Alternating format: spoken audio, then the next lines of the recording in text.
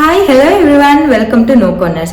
ನಾನು ಇವತ್ತು ಏನು ವಿಡಿಯೋ ಮಾಡ್ತಾ ಇದ್ದೀನಿ ಅಂದರೆ, ತುಂಬ ಜನಕ್ಕೆ ಏರ್ ಫಾಲ್ ಮತ್ತು ಏರ್ ಕೇರ್ನ ಹೇಗೆ ಮಾಡಬೇಕು ಅಂತ ಗೊತ್ತಾಗ್ತಾ ಇರಲ್ಲ.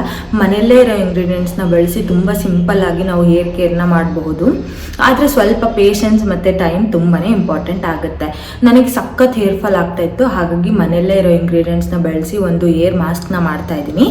ತುಂಬಾ ಸಿಂಪಲ್ಲು. ಇದಕ್ಕೆ ಮೆಂತೆ ಬೇಕಾಗುತ್ತೆ.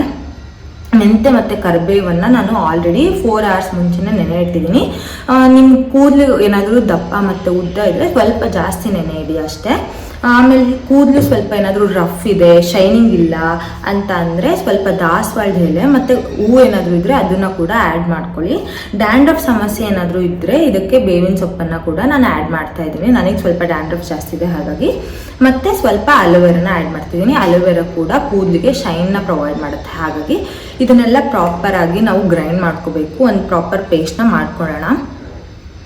ಯೂಶ್ವಲಿ ನಾವು ಚಿಕ್ಕವರಿದ್ದಾಗ ನನಗೆ ಮತ್ತು ನನ್ನ ತಂಗಿಗೆ ಎವ್ರಿ ವೀಕೆಂಡ್ಸ್ ನಮ್ಮಮ್ಮ ಈ ಮೆಂತೆನ ಪೇಸ್ಟ್ ಮಾಡಿಬಿಟ್ಟು ಕೂದಲಿಗೆ ಅಪ್ಲೈ ಮಾಡ್ತಾಯಿದ್ರು. ಆವಾಗ ಎಷ್ಟು ಇರಿಟೇಟ್ ಆಗ್ತಾಯಿತ್ತಂದರೆ ನನಗೆ, ಯಾಕೆ ಹಿಂಗೆ ಮಾಡುತ್ತೆ ನಮ್ಮಮ್ಮ, ಎವ್ರಿ ವೀಕೆಂಡ್ಸು ತಲೆಗೆಲ್ಲ ಹಚ್ಚಿ ಕೂರಿಸ್ಬಿಡುತ್ತೆ ಅಂತೇಳ್ಬಿಟ್ಟು ಸಖತ್ ಬೇಜಾರಾಗ್ತಾಯಿತ್ತು. ಬಟ್ ಈಗ ನಾನು ಅದನ್ನು ತುಂಬಾ ಮಿಸ್ ಮಾಡ್ಕೊತೀನಿ. ಬಿಕಾಸ್ ಅದನ್ನು ನಾವು ಬೆಳೀತಾ ಎಷ್ಟೊಂದು ನಮ್ಮಮ್ಮ ಅಂದರು ಅಥವಾ ಪೇರೆಂಟ್ಸ್ ಹೇಳ್ತಾ ಇದ್ದಿದ್ದು ಎಷ್ಟು ನಿಜ ಅಲ್ವಾ. ಅವರು ಎಷ್ಟು ಟೇಕ್ ಕೇರ್ ಮಾಡ್ತಾಯಿದ್ರು ನಮ್ಮನ್ನು.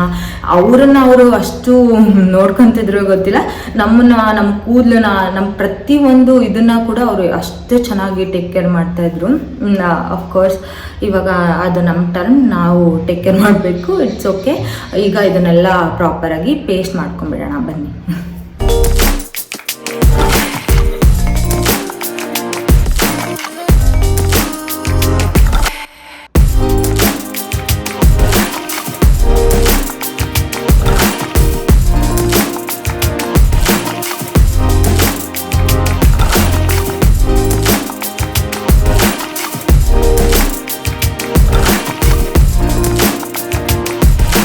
ಇದು ಏರ್ ಮಾಸ್ಕ್ ರೆಡಿ ಆಗಿದೆ. ಇದನ್ನು ಪ್ರಾಪರಾಗಿ ನಾನು ಪೇಸ್ಟ್ ಮಾಡಿ ರೆಡಿ ಮಾಡಿ ಇಟ್ಕೊಂಡಿದ್ದೀನಿ. ನಿಮ್ಗೆ ಇದಕ್ಕೆ ಬೇಕಂತಂದರೆ ಮೊಸರು ಕೂಡ ಆ್ಯಡ್ ಮಾಡ್ಕೋಬಹುದು. ನಾನು ಮೊಸರನ್ನ ಇಲ್ಲಿ ಆ್ಯಡ್ ಮಾಡ್ತಾ ಇಲ್ಲ.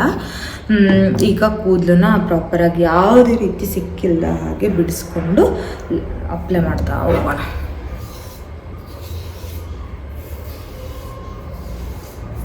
ಯಾವಾಗಲೇ ಆಗಲಿ ಇದನ್ನು ಅಪ್ಲೈ ಮಾಡೋಕ್ಕಿಂತ ಮುಂಚೆ ಸಿಕ್ಕಿರಬಾರ್ದು ಕೂದಲಲ್ಲಿ. ಸಿಕ್ಕನ್ನೆಲ್ಲ ಬಿಡಿಸ್ಕೊಂಡು ಆಮೇಲೆ ಅಪ್ಲೈ ಮಾಡೋಕ್ಕೆ ಸ್ಟಾರ್ಟ್ ಮಾಡಬೇಕು. ಈಗ ನಾನು ಮಧ್ಯದಿಂದ ಅಪ್ಲೈ ಮಾಡೋಕ್ಕೆ ಸ್ಟಾರ್ಟ್ ಮಾಡ್ತೀನಿ. ನೋಡಿ, ಏನಾದರೂ ಸ್ವಲ್ಪ ಗಟ್ಟಿ ಅನ್ನಿಸ್ತಾ ಇದೆ ಅಂತ ಅಂದರೆ ನೀರನ್ನ ಆ್ಯಡ್ ಮಾಡ್ಕೊಳ್ಳಿ.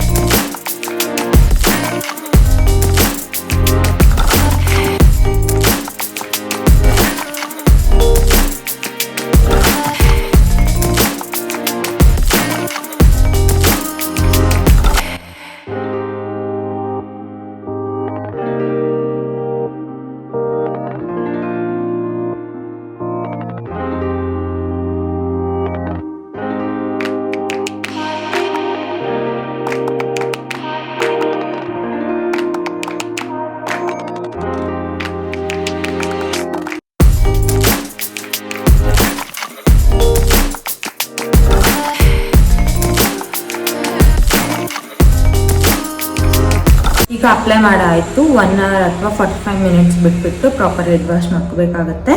ಇದು ಸ್ವಲ್ಪ ಡ್ರೈ ಆಗಬೇಕು. ನೋಡೋಣ ಎಷ್ಟು ತಗೊಳುತ್ತೆ ಅಂತ. 1 hour ಫೈನ್, ಬಟ್ ಇದು ಪೂರ್ತಿ ಡ್ರೈ ಆಗಬೇಕಂತಂದರೆ 2 hours ಮೇಲೆ ಬಿಡಬೇಕು. ಆಲ್ಮೋಸ್ಟ್ ಒಣಗಿದೆ ಈಗ. ಸೊ ನಾನಿವಾಗ ಹೆಡ್ ವಾಶ್ ಮಾಡ್ಕೊಂಡು ಬರ್ತೀನಿ.